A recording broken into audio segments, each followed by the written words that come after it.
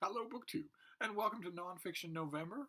This is a venerable BookTube event created by the mighty Olive at a Book Olive, designed to celebrate nonfiction. Designed to get you to read some if you read none, to read more if you read some, designed to challenge the normal idea of nonfiction as tedious and boring. Those of us who read nonfiction, who've been reading nonfiction forever, always find that description mystifying, but more people, more readers think that way about nonfiction than don't. So Nonfiction November is upon us, and I confess I haven't really figured out what I want to do except make a slew of videos. So I figured I'll start that way, and if I come up with a grand plan later on, I'll impose it. So I just want to talk about a work of nonfiction today. I don't know if my grand plan will be to talk about a different work of nonfiction every day of the month. No idea. Some books that I'm reading recently, some books that I'm rereading, some books that I read years ago. This one is from 2019. This is Serious Noticing by James Wood, collecting essays of his, book ruminations of his from 1997 to 2019. James Wood is the literary poobah par excellence, the resident literary poobah for the New Yorker magazine, where he regularly writes. But when you have that kind of high profile, one of the highest profiles in the literary world, you can write anywhere you want. And so this book is full of literary ponderings. I guess some of them probably started out life as reviews, but here you have all kinds of wanderings. There's a really good piece on the theatricality of Jane Austen. There's a couple of good pieces on Anton Chekhov. Who else do we have in here? Paul Auster is in here. Bohemian Rhapsody, George Orwell, Don Quixote, the Old Testament. It's, in a way, very predictable. It's with almost no exceptions, it is the roster that you get from someone who has this kind of a profile. They will write fairly predictable pieces about a fairly predictable rogues gallery of the era's writers, with occasional throwbacks for a rumination about Homer or Jane Austen or Dostoevsky or something like that.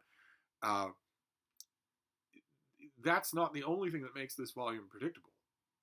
One other thing that makes this volume predictable is that almost none of it is original to this volume. And I don't mean just that if you've been following James Wood in the New Yorker or the New York Review of Books and elsewhere, you would already have read these things. That is true. I mean from earlier books. Almost everything in this book is reprinted. There are about 30 pieces in here. Almost all of them are reprinted from earlier books, from earlier collections. So even if you only know James Wood through his books, you're still going to... This is much more of a life's work type thing than it is a new anthology. I imagine that down the line, in 20 years, there will be a gigantic life's work volume for this author. His reprint volumes seem to do well. That isn't always a given. If you're a book critic, I guess we could call James Wood a book critic. I don't think he has any illusions of pomposity at all. I don't think he's a pompous individual at all. But I think the literary world would probably think, oh, there's got to be a higher shelf than mere book critic, right? I mean, if you're going to call every book reviewer a book critic, then I would count. No one wants me on the same shelf as this guy. That has been the posture of his literary profile for 2 decades, at least. That's not what this is. This is the highlights, the bits and pieces all throughout. And I reread this for Nonfiction November, and I have always had a bit of confusion as to what to do about this author. I read him eagerly. Like a lot of people, when he has a long literary reflection of some kind or other in a new issue of The New Yorker, I would read that first. I'll read that before I read the rest of the issue. I very much appreciate the feeling of a lively mind on the page. Doing the serious noticing that he talks about throughout this book. When it comes up, especially in the essay that he introduces the term, it's about what novelists do, not what critics do. It's the thing that separates novelists from ordinary storytellers is that they do serious noticing. And he gives an example of that from Saul Bellow, who he routinely refers to throughout this book, a number of different pieces, as a great author. I don't know that I would completely agree with that, but that's where he chooses his example. He says, what is serious noticing? In Saul Bellow's novel Seize the Day, Tommy Willem, who is in his 40s, helps an old man, Mr. Rappaport, across the street. He takes him by the arm and is struck by the man's big but light elbow. It might not seem the most extraordinary piece of writing, but consider for a moment the precision of the paradox. The bone of the elbow is large because the old man is skinny and gnarled, but it is unexpectedly light because Mr. Rappaport is just skin and bone, and is gradually disappearing into his own longevity. I like to imagine the youngish writer, that's Bellow, sitting at his manuscript in 1955 or so and trying to imagine, or perhaps remembering and imagining, the exact experience of holding an aged elbow in his hand. Big but light. In the same novel, Tommy Willem is running through the health club of a hotel looking for his elderly father who is getting a massage.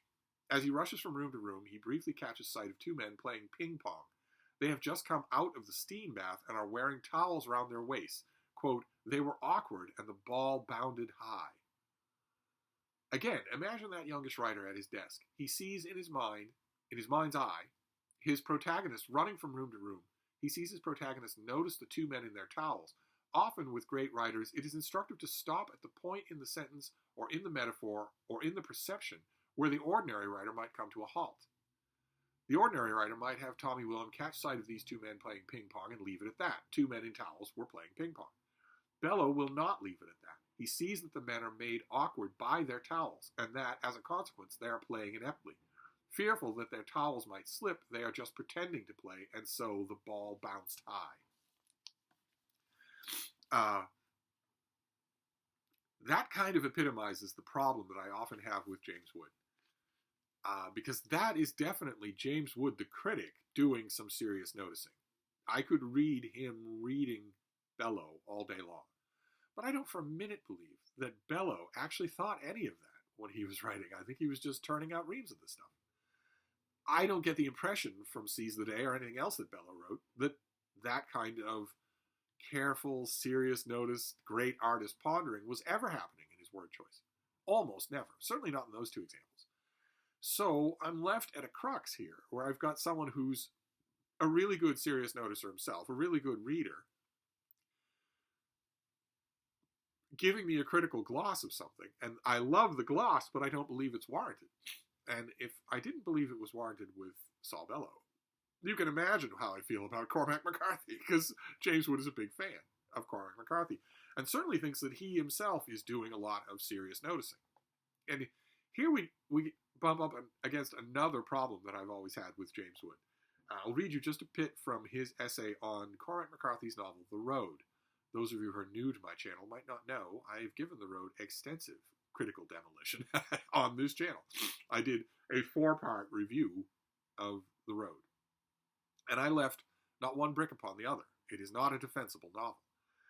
But nevertheless, we have Wood here talking about something he calls dirty realism. Dirty realism was sometimes unwittingly excruciating because one felt that the chosen fictional worlds, even impoverished ones, all those motels and trailers, deserved richer prose. But in The Road, something strange happens to this ordinary descriptive language. The book describes a world without reference, without things, but does so in a language we associate with reference and domestic normality. The father pitches a tent, makes a home. The boy eats some beans or washes himself, in a descriptive language little different from Hemingway's in the Nick Adams stories. The other crux of James Wood, the thing that passage illustrates, is that I often don't know what he's talking about, which you'd think would be a deal breaker when it comes to writing of any kind. I often think he gets so far into his own critical vision, his own serious noticing of the works he's examining, that he neglects to leave a trail of breadcrumbs for the reader. Now, maybe it's just that he is operating on a far Olympian level, high above the level that I operate on as a critic. But I don't know exactly what that means, that passage or many other passages. I don't find much about his defense of The Road comprehensible, much less valid. but those are the moments when I step back from his writing in this book and just go, what on earth are you talking about? Were comparatively few. This was a delight to reread. I don't know I don't know how much of a delight it would be for someone who's never encountered this author, because James Wood is very, I think, very consciously anachronistic. Not in terms of the critical, valences, the critical judgments that he weighs on books. He's a very nimble reader. I get the feeling that he probably is not ossified. He would probably read anything, but anachronistic in another way. Once upon a time, before the internet, before the so-called 24-hour news cycle, there were two kinds of critics, and I guess there still are. Once upon a time, you could be a book critic churning out notices for the dailies and the weeklies, for the newspapers. The kind of book critic who is mercilessly satirized in George Gissing's New Grub Street, in Anthony Trollope's The Way We Live Now, and in here and there in Bellow's own work. You could be that kind of critic, where you're getting off some good one-liners, you're telling your reader about the book, you're advising them on whether or not it's worth their time and their money and their attention. And then there was the other kind of critic. 100 years ago it was true, it's still true. The other kind of critic would take a volume. It was never a book, it was a volume. They would take a volume and they would live with it. It's at my side at the kitchen table. It's at my side at the cutting board in the kitchen where I'm chopping vegetables. It's gone with me to some social gathering, and it's drawing me away from that gathering. I'm walking with it. It's all my hardcover is all weathered, and I'm living with it every hour of every day for weeks on end, pondering it and drawing all sorts of connections in a web between it and all the literature that has come before it, or exists in its own day, or may ever yet exist in ages yet undreamt of. Those critics would do that sort of falderall for a month, 2 months, in Virginia Woolf's case, a year, and then they would turn in a piece, a moderately long piece for the TLS, or a very long piece for something like the Edinburgh Review or the Saturday Review, a very long piece, like 15,000 words. And I think probably those are valid, both of them. I think both of those approaches to this kind of job are probably valid.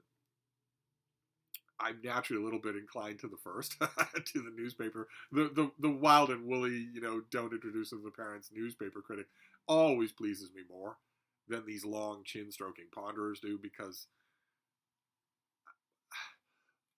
I have been writing those newspaper reviews since the dawn of time, but I'm pretty good at thinking deeply. I'm pretty good at thinking deeply about works. I get criticized sometimes. I have in the past for just tossing off opinions, but well, we don't have to talk about me. It doesn't have to be about me. It could be about that entire class of critic. That entire class of critic that I'm talking about, the newspaper critic, they get their work, they get a bundle of books, and they've got to get to work on that right away. They've got to do that. That also is satirized a number of different times in a number of different books, including pricelessly in The Way We Live Now. That kind of jobbing critic. And naturally, I'm a little bit fond of them, because I am one of them. But James Wood is not that at all. 100 years ago, he would have been writing these long ruminations, even longer ruminations, for the Saturday Review or something like that, for a much longer venue. Those venues still exist. You can still do that kind of thing at the London Review of Books or the New York Review of Books. You can still do that. The New Yorker is a weekly issue. It's a weekly news magazine. It isn't a good fit with James Wood. I know that's heresy to say, because he's, a gigantic poobah at the magazine, an institution at the magazine, but it's not a good fit. And it shows, because you only hear from James Wood once in a blue moon at the New Yorker. And that position, the person who gets the pickings, the New Yorker gets every single advanced reader's copy, every review copy that is made by anybody, anywhere in the world. And all the riches there go to this one guy who's going to deal with 4 books a year. When New Yorker readers are voracious readers of books, you'd think maybe they'd be,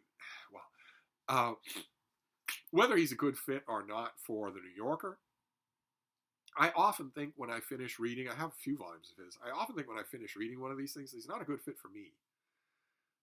That this kind of leather elbow patch, what is the nature of our discourse in the language of Cormac McCarthy's The Road?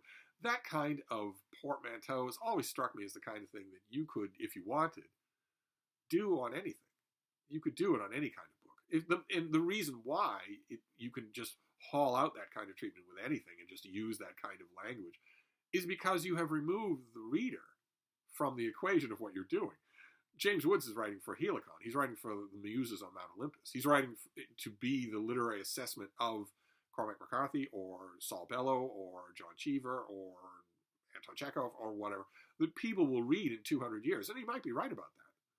Certainly we don't read the daily critics, the daily jobbing newspaper reviewers of 100 years ago. We don't read those anymore today unless one of them went on to become famous. We don't read them anymore. So maybe that is who will read him. Maybe that is his audience, but that necessarily means his audience is not the people who are reading him now.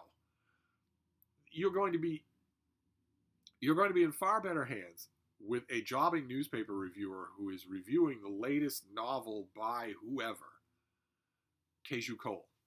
You're going to be in much better hands, in their hands, reading 800 words on that book than you are if James Woods were to condescend to write 5,000 words on that book. I think, in terms of whether or not you should read that book, buy that book, reserve that book at your library, set aside your day's hour of reading for that book. Maybe that's the problem here with rereading for serious noticing, is that James Woods and I are two very different kinds of critics. You could tell from the passages that I read, and I could read. I have a million more that are highlighted. You could tell from the passages I read what a good prose line he has. It is really, really good. It's wonderfully readable. I get the strong sensation every time I read him that he must be one of the last writers who probably reads his own drafts out loud to check their cadence on the page. If he doesn't do that, he's doing a remarkable job of imitating that, because there's nothing of his that doesn't read well out loud. But I too often felt like when I read his works, I always feel like he would not probably be very comfortable at an evening here at Hyde Cottage for wine and calzones. Maybe I'm wrong about that. Lord knows I have had some mighty perceptive critics over here. It could be that I'm wrong about that. Maybe they make the best guess. But anyway, that is serious noticing to start off Nonfiction November. For some odd reason, I thought of starting with my own profession and gave this book another try. No idea what I'll do next time. But that's James Wood. I do not know what to make of him. I'd love to know what you make of him. Are any of you the type of reader that I described at the beginning of this diatribe, who when you see him in the New Yorker, that's the first thing you read? Sometimes that's the only thing you read. You make sure to read that, even if you don't get around to anything else. I'd love to know about that. Maybe you have a skeleton key. Maybe you have a way for me to enjoy this author more than I do. I do enjoy him, but I have never read a piece by James Wood. As far as I know, never. Not even the famous one on Chekhov. I've never read a piece by James Wood and finished it feeling thrilled. Instead, I've read it and felt, well, if I were in the mood right now, I'd probably feel instructed in some way, somehow. even though there's nothing you know about Jane Austen that I don't know, I still might feel instructed. You are insightful as a reader. I have never felt that way, and maybe you have. So maybe you could teach me how. To me, it always seems like I've got this big valise, and once I've got that book that I'm ostentatiously carrying around with me to the swing set in the park, or to the grocery store or whatnot, getting lost and living in the book, breathing the book. Once I've got that book, I set it down here and I open my valise and I can just use the contents on anything. I can use them on anything. If the bricolage that you bring to bear on Dostoevsky and Jane Austen is the same as you do on Saul Bellow and Cormac McCarthy, well, then you can use it for anybody, I think. And that always makes me distrustful. So maybe I'm barking up the wrong tree. You let me know. If you're a James Wood fan, you let me know. But that is Nonfiction November for today. I'm going to wrap this up, but I'll be back tomorrow. So I'll see you then. Thank you, BookTube.